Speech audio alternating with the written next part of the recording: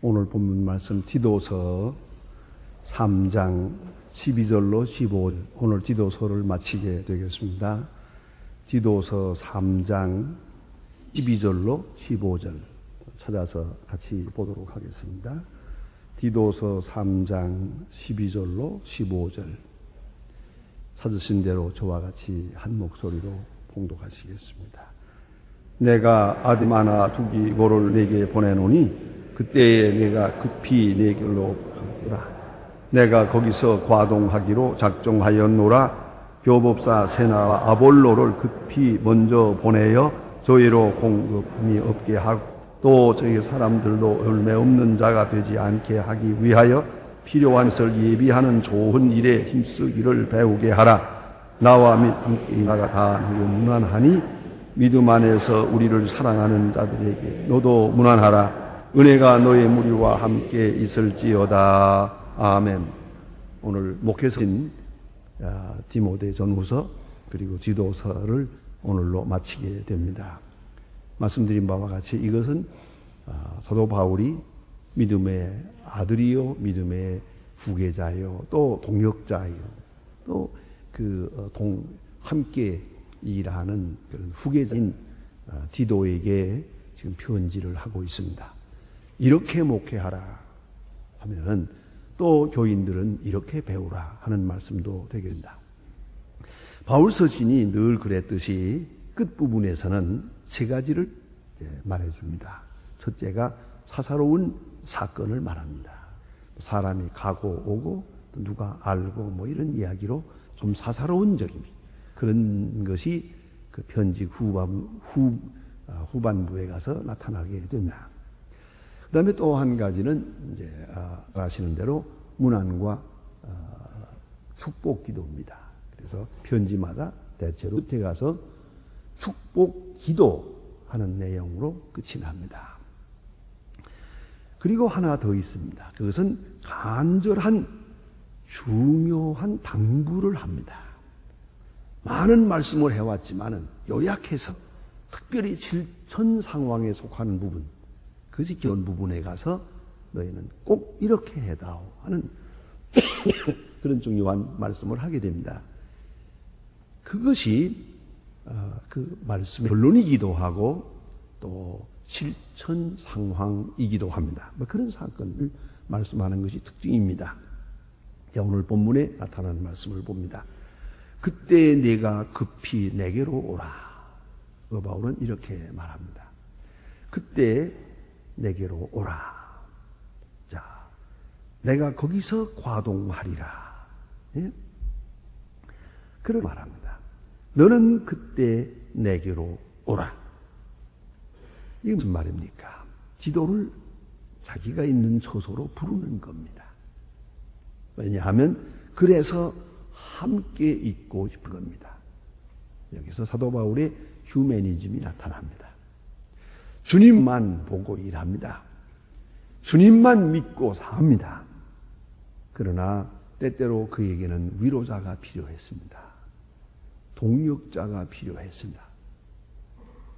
여러 가지로 여러 면에서 서로 도울 수 있는 그런 교감이 통하는 사람이 필요했습니다. 한겨울, 긴 겨울을 날 때 디도와 같이 있고 싶었습니다. 그래서 교회 소식을 듣고 또 젊은 교역자로부터 많은 이야기를 듣고 위로를 얻고 함께 하고자 했습니다. 한겨울을 같이 있고 싶었습니다. 그리고 또 한 가지 이유가 있다면 이렇게 하면서 실제 목회 현장 속에서 바울은 디도를 재교육하려고 하는 것입니다. 이 또한 묘한 의미가 있습니다.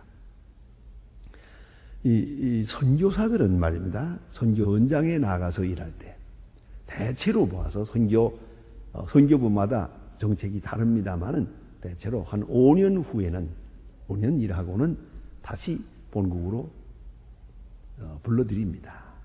그리고 1년 동안을 본국에 있게 합니다. 왜 그러겠습니까? 물론 휴식도 목적이지만 그것만은 아닙니다. 현장에 들어가 있기 시작하면 자꾸 현장에 그만 깊이 빠져들어갑니다.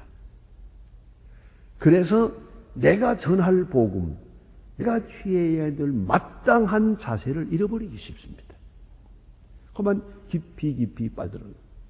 그래서 거기서 그만 빠져요.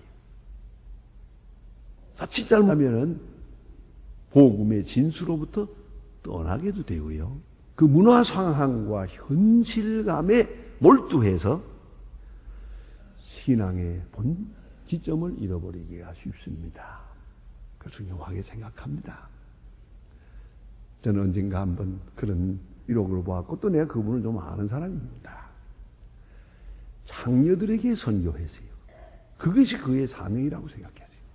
그분은 생기기가 꼭 영화배우처럼 생겼어요. 아주 인물이 잘났어요. 그 장녀들에게 인기가 좋았어요. 그분들을 모아놓고 예배드리고 설교하고 그랬어요.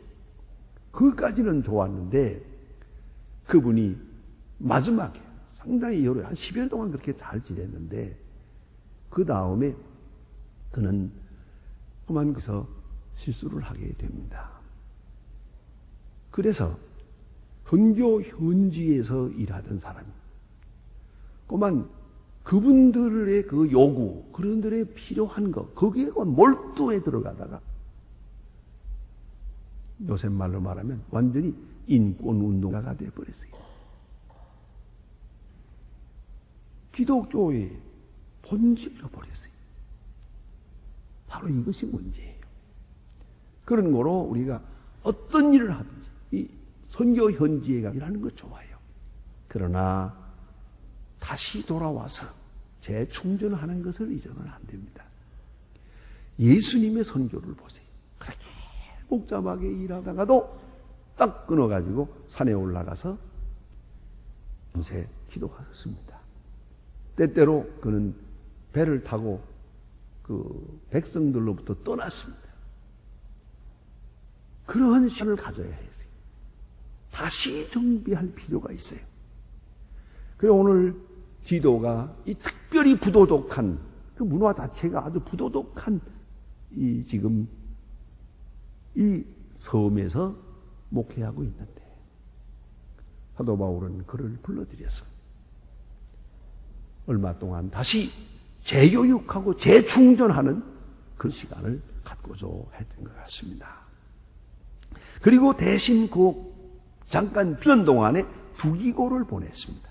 오늘 본문에 나타난 내용은 너무나도 참 목회적으로 절절한 그 상황이 여기 나타납니다. 두기고를 보냅니다. 다시 말하면 대리사역을 하게 하는 겁니다. 한겨울 동안 디도를 이 그레데 섬에서 떠들여서 사도 바울이 함께 있으면서 그 한겨울 동안에 두기고라는 사람을 보내서 거기에서 사역하게 했습니다. 그래서 이 그레데 교회가 공석이 없도록 교역자의 공석이 나지 않도록 그렇게 했습니다. 다 같은 바울의 제자입니다. 그런데 오늘 본문에 보면 두기고를 보낸다. 대단히 중요한 것이에요. 이 두기고라는 신실한 제자, 바울의 친구이기도 합니다. 그는 에베소와 골로새서와 디모데전서를 가지고 그 교회에 갔던 그런 사람입니다. 그런데 오늘 그레데로 보내서 기도를 대신해서 한겨울 동안 목회하게 했습니다. 그리고 교법사 서기관인 교법사 세나와 아볼로 사도행전 18장 24절입니다. 이 사람을 급히 보냅니다. 이 사람들도 함께 보내는 거예요. 보내면서 이제 중요한 게 있어요. 한 가지 생각할 것은 이 아볼로라는 사람은 사도행전 18장 27절에 나타나는데 성경을 많이 아는 학자예요. 특별히 아주 학자라고 두드러지게 이렇게 그를 소개하고 있습니다. 이런 사람을 보내는 거예요. 보내서 이 그레데 교회가 믿음에 굳게 서도록 그렇게 할 작정고 그 다음에 여기 당부하는 말이 있는데 그 말이 아주 중요한 의미를 가집니다. 이렇게 자, 두기고가 가지요? 또 몇 사람이 가지요? 그런데 한 말이 급히 보내어 궁핍함이 없게 해주기를 바라나. 이게 무슨 말입니까? 궁핍함에 채비해 주길 바란다. 다시 말하면 선임자 너 디도가 후임자로 가는 사람의 생활을 염려하라 그거예요. 디도는 먼저 가 있었고 먼저 선임자입니다. 그런 거로 교회가 디도를 잘 돌보고 있고 또 그 생활이 잘 연결이 되고 있습니다. 이제 낯선 사람이 가게 됩니다. 그러면 그 사람에 대해서 사도 바울은 그의 생활을 걱정한 거예요. 그 사람들이 처음 만나는 사람이니까, 잘 모르는 사람이니까 그 생활비를 잘 공급해 주지 않게 되면 어떡하나, 또 생활에 불편을 주게 되면 어떡하나, 이런 걱정이 되세요. 아주 목회자의 특별한 배려예요. 그래서 오늘 여기 보니까 자, 조금 더 궁핍함이 없게 하라. 아볼로가 편하게 일할 수 있도록 두기고가 근심 없이 하나님의 일을 할 수 있도록 선임자인 내가 자, 채비를 해주라. 이게 얼마나 중요한 말입니까? 사실 이 선임자와 후임자 사이에 예? 나만 가면 아니지. 그 다음에야 누가 와서 하든지 말든지. 이건 안 되는 거예요. 교회를 걱정하고 또 후임자를 걱정해야죠. 내가 간 다음에 후임자가 올 텐데 그 후임자는 어떻게 될까? 어쩌면 어떤 참 훌륭한 목사님들은 갈 때 잘 정리해 놓고 후임자가 와서 일하기 쉽게 그런 분위기를 만들어 놓고 가요. 또 우선 정신적으로도 그런 경우가 많아요. 자, 어떻게 하겠습니까? 너무나 상식적인 얘기다마는 자, 선임자가 가면서 후임자에 대해서 뭐라고 하고 가야 됩니까? 이번에 오시는 분은 나보다 훌륭한 분입니다. 아주 능력이 많은 분입니다. 이렇게 덕이 높은 분입니다. 그런 거로 여러분과 함께 아주 교회 생활에 충실하시길 바라고 그 목사님 잘 모시길 바랍니다. 그리고 교회가 더 부흥된다고 하는 소식이 내게 있었으면 좋겠습니다. 이게 예의가 아니겠어요? 그래 만일에 이렇다면 어떻게 하겠어요? 먼저 가는 사람이 그 다음에 가면서 하는 말이 이번에 오는 사람 형편없어요. 그럼 어떻게 되죠? 질투가 나가지고 말이에요. 그거 질투라는 어디나 있는 거거든요. 목회 생활에도 질투가 있고요. 이 거룩한 사역에도 질투는 작용하는 거예요. 교회 봉사한다면서 질투의 노예가 된 정신없는 사람 얼마나 많은데요. 여러분 생각해 보세요. 내가 이런 부에 있다가 저런 부로 가세요. 내가 있던 부가 잘 되길 바랍니까? 안 되길 바랍니까? 양심으로 물어보세요. 내가 있을 때 60명이었어요. 내가 간 다음에 다른 사람이 왔는데 200명이 됐어요. 배가 뒤틀린 거예요. 그래가지고는 그러고 누구 하고 다니잖아요. 뭐 때 먹으세요? 여러분 양심이 물어보세요. 내가 있을 때 60명인데 그 다음에 단 사람이 와서 200명이 아유 잘 됐구만. 얼마나 아름다운 거. 이런 사람 죄송하지만 보고 죽을 애도 없어요. 알아들어서요? 무서운 질투가 작용을 하는 거예요 이게. 그래서는 자기가 있다가 간 다음에 다른 사람이 왔을 때는 은근히 안 되길 바라요. 안 된다는 말 들으면 그거 봐. 맞아. 기분이 좋은 거야 이게. 자기가 높아지는 것 같고 말이야. 못 됐죠? 그러나 이게 현실이에요. 너무나도 현실이에요. 목회하면서 너무나도 환하게 보여요. 질투투성이라니까요 전부가. 그래서 되길 바라는 마음이 별로 없어요. 안 되기만 바라는 거야 그냥. 예? 이게 되겠어요? 우선 자기가 복 받겠냐고요 이게. 그래서 내가 봉사하던 부가 그 다음에 잘 되거든. 아유 잘 됐구만. 또 만나서 점이라도 사면서 아이고 수고하십니다. 이래야 될 거 아니에요. 이제부터 확 돌려가지고 한번 해보세요. 사람 구실 좀 제대로 하세요. 못된 것이 저 사람이 돼가지고. 이제 보세요.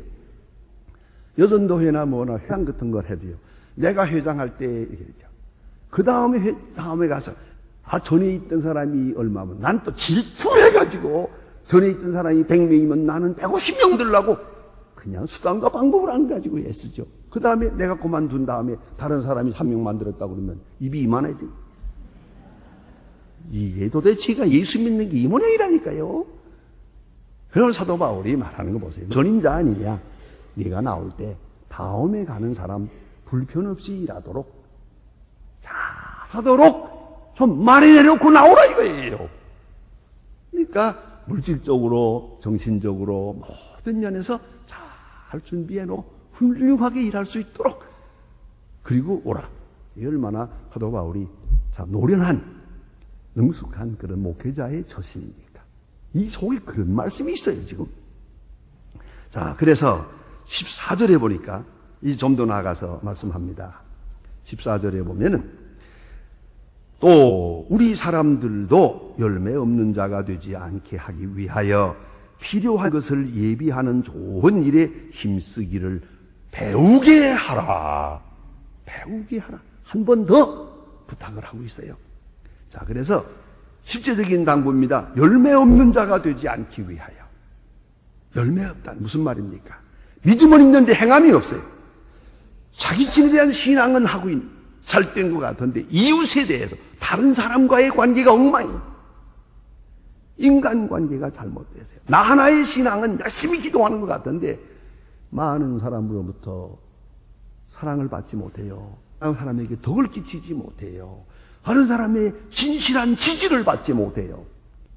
예? 이런 사람이 돼서는 안 된다. 그게 열매가 없는 거고, 정신적으로는 사랑한다는 거 아는데 물질적인 사랑이 없어요. 구체적인 사랑의 실현이 없어요. 말만 하는 거예요, 이거는. 사랑을 외치기만 했지 사랑의 행동이 없어요.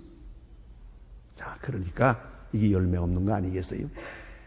여러분, 다시 약적으로 생각할 문제가 있습니다. 처음 초대교회를 생각해 보세요. 초대교회 성령 충만했습니다. 충만해서 한 일이 뭡니까? 모였지요. 열심히 모였고, 그 다음에 사도들의 가르침을 받았어요. 사도들 앞에, 발 앞에 가서 하나님의 말씀을 배웠어요. 예수님의 말씀을 열심히 배웠어요. 그 다음에는 모일 때마다 떡을 떼었어요. 아가페의 사랑을 나누었어요. 자, 그 다음엔 2절 나타냈어요. 주님이 함께하는 표적을 나타내세요. 그리고 열매가 맺습니다. 그게 뭡니까? 유무상통이에요. 유무상통했다. 이제 다른 사람들, 가난한 사람이 눈에 보이기 시작을 해요. 배고픈 사람의 사정이 마음에 들어와요. 어려운 형편에 있는 사람에 대한 깊은 동정을 하기 시작했어요. 성령 받은 사람은 가난한 사람을 찾아갑니다. 어려움 당한 사람의 사정을 알게 됩니다. 그걸 알아야 돼요. 그래서 이제 성경에 보면 이렇게까지 말합니다. 내 것을 내 것이라고 하는 자가 없더라. 그리고 이기적인 생각이 다 사라졌어요. 그리고 죄의식을 가지게 돼요. 내가 아프면 저도 아플 거라고. 내가 배고프면 저도 얼마나 고플까? 얼마나 어려울까? 그래서 내가 가진 것을 나눠주게 됐어요. 물질로 도왔어요. 이 바로 열매올시다. 열매. 그래서 사회적 열매가 맺혔지요. 인격적 열매가 맺혔지요. 가치관의 열매가 맺혔지요. 그리고 중요한 것은 성품의 열매가 맺었어요. 그리스도화된, 복음화된 인격으로 바꾸어졌어요. 이게 성령의 역사요, 성령의 열매요. 초대교회에 나타난 놀라운 은혜의 열매올시다. 종교개혁자 마틴 루터는 그의 글 중에서 3회심을 말합니다. 회심이란 회개를 말하고 또다시 다른 말로 말하면 중생을 말합니다. 자, 중생, 예수 믿는 사람은 세 가지 중생이 있어야 한다. 세 가지 회심이 있어야 한다. 첫째, 가슴의 회심. 가슴 뜨거워져야 돼. 예? 가슴이 싸늘해가지고는 안 돼. 불쌍히 여기는 이야기. 또 신문에서 보던 어려움을 당한 것을 보거든 가슴이 뜨거워서 정말 잠을 못 자고 그걸 돕지 않고는 견딜 수 없는 그 뜨거운 사랑이 가슴에 불붙고 있어야 돼요.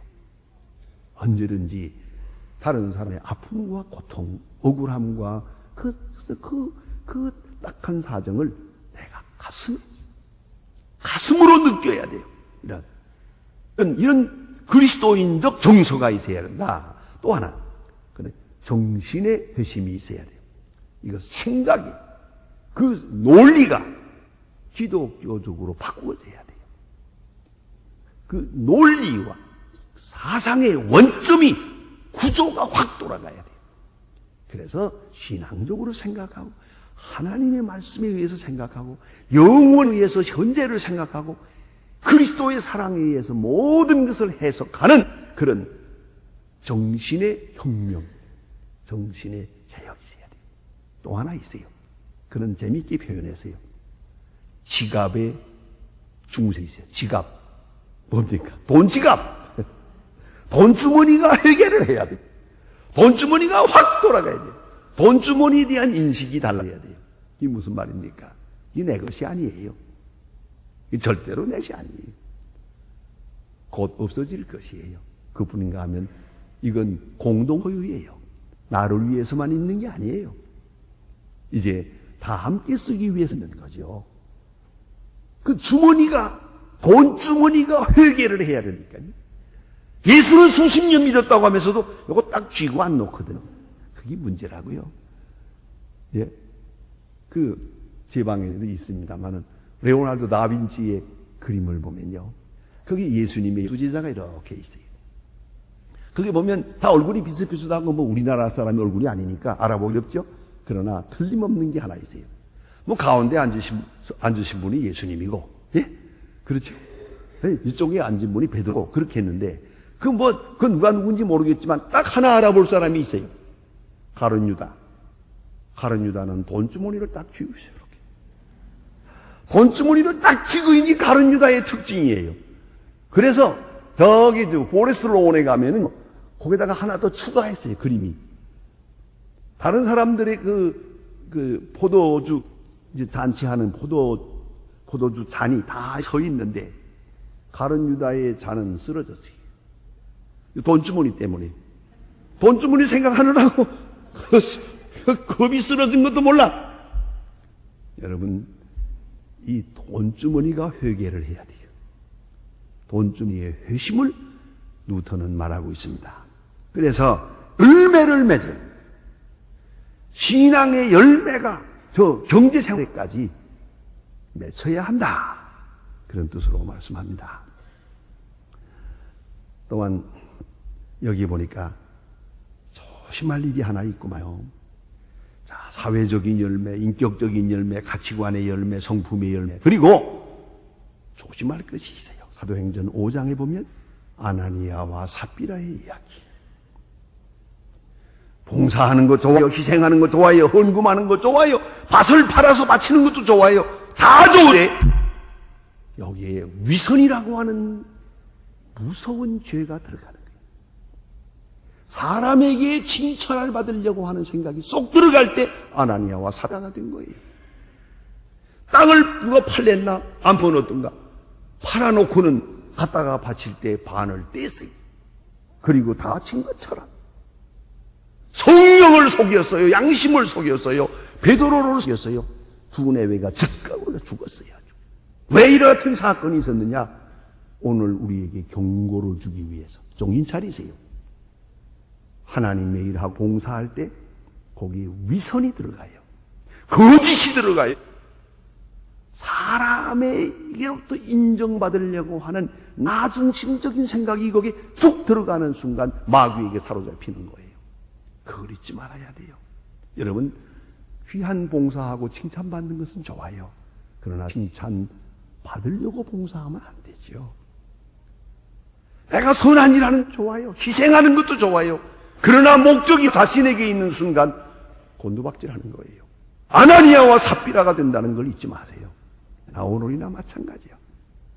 그런 거로 우리는 이렇게 위선을 경계해야 됩니다. 거짓되지 않도록 진실한 열매를 맺도록 힘써야 할 것입니다. 그리고 오늘 본문에 보니 그랬습니다. 필요한 것을 예비하라. 예비하는 자가, 예? 예비하라. 위하여 필요한 것을 예비하는 좋은 일에 힘쓰기를 배우게 하라. 언제든지 예비하는 것이요. 좀 미리미리 우연하게 그렇게 하는 게 아니고 기도하고 준비하고 정성을 다해서 예비해서 대접하고 모시고 선한 일하는 그런 결과가 있기를 바라는 것이죠. 그래서 무엇이 필요한가 그것에 초점을 맞춰야 됩니다. 미국의 부자 중에 한 사람 제시 페인이라고 있습니다. 미국 가보신 분들은 다 알지만은 제시 페인이라고 하는 백화점이 그 분점이 미국에 무려 2,000개나 있습니다. 각 곳에 각 도시마다 제시 페인이라고 하는 그런 상점이 있는데 이 제시 페인이라고 하는 사람은 58세에 사업에 파산을 했습니다. 다 망했어요. 깊이 회개하고 그는 신앙적으로 다시 사업을 시작합니다. 새 출발을 할 때 그의 마음속에 있는 중요한 신앙적 교리는 이것입니다. 생활의 목표는 대접을 받고자 하는 대로 남을 대접하라. 대접을 받고자 하는 대로 남을 대접하라. 딱 써붙이고 그것을 사업의 목표로 하고 사업을 다시 시작합니다. 많이 돈을 벌었습니다. 그리고 그는 만년에 중요한 이야기를 합니다. 그는 어떻게 봉사하는 것이 좋을까 한 결과로 은퇴 목사들을 위해서 집을 잘 100세대를 지어서 바친 그런 좋은 기록도 있지만은 그는 만년에 이렇게 간증합니다. 처음에는 늘 피땀을 흘려 본 돈이니 내 마음대로 할 권리가 내게 있다고 생각하는 그 시험에 빠졌노라. 무슨 말입니까? 여러분, 내가 본 돈이니까 쓸 때는 내 마음대로요. 내가 주고 싶은 사람 줄 수 있는 거지. 라고 생각했다는 것이죠. 그게 잘못이에요. 돈은 여러분이 쓰면 안 됩니다. 여러분이 주고 싶은 사람 주는 것은 사실은 내 명예를 높이는 것이 됩니다. 그걸 잊지 마세요. 그래서 제시 페니는 이것을 교회에 바쳐서 교회로 하여금 마음껏 좋은 일 하도록 그렇게 했어요. 내 마음대로 쓰면 안 됩니다. 내가 주고 싶은 사람 주고 내가 인사받고 감사장 받으면 끝난 거 아닙니까? 예수님 뭐라고 그랬어요? 저의 상을 이미 받았느니라. 그래서 끝나는 일이에요. 누구를 위해 종을 울린 거예요 지금? 그렇기 때문에 돈 버는 것도 중요하지만 돈 쓰는 게 중요하고요. 쓰되 선한 일에 쓰는 거 좋아요. 그러나 거기에 하나 있어요. 내가 인사를 받으면 안 돼요. 내가 칭찬을 받으면 안 돼요. 내 이름이 거기에 같이 들어가면 안 돼요. 그래서 제시 페니는 생각한 거예요. 내 마음대로 쓸 수 있고 내 마음대로 쓸 수 있는 줄 알았더니 아니더라고요. 그게 아니더라는 걸 깨달았노라. 그런 시험에 빠졌댔다고 그런 고백하고 있습니다. 여러분, 오늘 사도 바울이 말합니다. 교회가 필요로 하는 게 뭡니까? 나의 도움을 필요로 하는 사람이 누굽니까? 어떻게 사랑해야 바로 사랑하는 것입니까? 이해하는 것이고 믿어주는 것이고 참아주는 것이에요. 대접을 받고자 하는 마음이 바로 그것이니까요. 그래서 이웃을 내 몸과 같이 사랑의 열매를 맺어야겠습니다. 특별히 오늘 본문은 강조합니다. 힘쓰기를 배우게 하라. 역시 배움이에요. 선한 일도 배워야 돼요. 무슨 동기를 배워야 돼요. 첫 동기는 다 좋을 수가 없어요. 교회 나오는 것도 처음 동기는 좋지 않아요. 어떤 분은 전도하게 이렇게 썼어요. 예수 믿는 생활이라는 것은 한평생 예수 믿는 동기에 대해서 계속적으로 중생하는 것이다 그랬어요. 여러분 아시는 대로 처음에 나올 때 친구 따라 나오기도 하고요. 애인 따라 나오기도 하고요. 그렇잖아요. 어떤 사람은 돈 받으러 나온 사람도 있어요. 돈 벌러 나온 사람들 많다. 이거 사람들을 상대로 장사하면 괜찮겠네. 별 생각 다 해야 돼. 동기가 불순해. 나오기는 나왔죠. 열심도 내죠. 그러나 그 열심은 문제가 있는 거예요. 이 동기가 바꿔지는 거예요. 받으려는 마음이 드리는 마음으로 자기를 내세우던 마음이 이제는 전혀 자기 이름을 숨기는 마음으로 바꿔지는 거예요. 동기가 계속 중생을 해서 그리스도의 온전하심에 같이 가야 된다는 것이고요. 그런가 하면 방법이 또 순수해져야 돼요. 근데 방법은 조금 생각하면 물질만 되는 줄 알아요. 아니죠. 정성이 있어야 하고 마음이 있어야 돼요. 마음이 있어야 돼요. 제가 북한에 갔을 때 한번 그런 일을 봤어요. 좋은 방한복을 입고 가는 사람을 만났어요. 그래서 제가 차를 태우고 칭찬을 했어요. 이거 방한복이 참 좋습니다. 그랬더니, 이거요? 이거 소망교회에서 보내준 거예요. 그 다음에 한마디 해요. 소망교회에서 보내준 게 제일 좋아요. 그러더라고요. 이거 나쁜 거 보냈더라면 큰일 날 뻔했어야죠. 안 그러니까. 그래서 제가 얘기해요. 보낼 때는 좋은 걸 보내라. 그리고 정성을 다해서 보내라. 여러분, 가난한 사람은 자존심이 강합니다. 입던 거 이거 괜찮은 건데 줘보세요. 내가 그인 줄 알아. 그러죠. 안 됩니다. 여러분, 언제나 구제할 때는 정성을 다해야 됩니다. 그래서 방법에 있어서 순수하고 그게 진실이 있어야 됩니다. 그리고 더욱 중요한 것은 지속적이어야 합니다. 인내해야 됩니다. 꾸준해야 됩니다. 전 벌써 우리가 나진의 고아원을 세우고 지금 500명 학생들을 어린아이를 키우는데 여러분의 그 주보에 나와 있죠? 나진 고아원의 학생들을 위해서 그 어린이들을 위해서 헌금하십시다. 그 구자번호가 아주 고마운 것은 계속 구자번호에 여러분들이 넣어줘요. 아마 넣는 사람들이 계속 넣을 거예요. 한 달에 얼마씩. 그게 채워져서 그래 고아원이 되는 거예요. 우리 교회 돈으로 하는 거 아닙니다. 그게 그대로 되는 때 너무너무 고마워요. 그래도 저는 걱정이 없어가지고 저거 지속하게 해주세요. 늘 기도해요. 끊어지지 않게 해주세요. 끊어지면 안 되거든요. 계속적으로 그렇게 잘 헌금이 되는 걸 고맙게 생각합니다. 여러분, 지속해야 되고요. 그 다음에는 몸에 익혀야 돼요. practicing이야.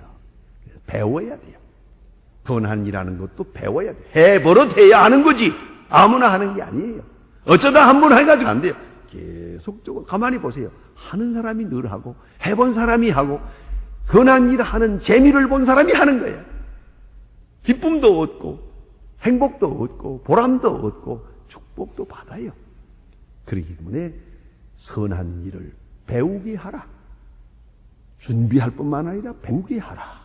아주 귀한 말씀이에요. 몸에 익혀서 요새 그런 말 유행하죠. 이번은 축구 한 다음부터 유행하는 말 한마디 아세요? 동물적 감각으로. 알아들어요? 동물적 감각으로 아무 생각 없이도 척척 돼야지. 이거 볼 날아오는데 가만히 있자. 어떻게 해야 될까? 그런 생각 해가지고 되겠어요? 선한 일도 마찬가지요. 척척 해야죠. 다음 주일날 이 수재민을 위해서 헌금할 것입니다. 이제 아마 여러분들 앞에서 마음으로 생각했을 거예요. 다음 주에는 할 거라. 그렇지. 동물적 감각으로. 척척. 그게 어떻게 무슨 생각이고. 그 당할 건 또 뭐 있어요, 그게. 내가 물어봤더니, 그거 당해 그냥 하면, 그렇죠. 무슨 해, 무슨 필요해. 홍수 나왔으면 헌금하는 거지. 당연한 거지. 요새 말 왔다나 당근이죠. 안 그렇습니까? 그게 무슨 문제냐고요. 많이 익숙해져야 됩니다. 선한 일에 익숙해야 됩니다. 선한 행동이 몸에 배야 됩니다. 거기까지 해야 된다. 그 말씀이에요. 기도하십시다.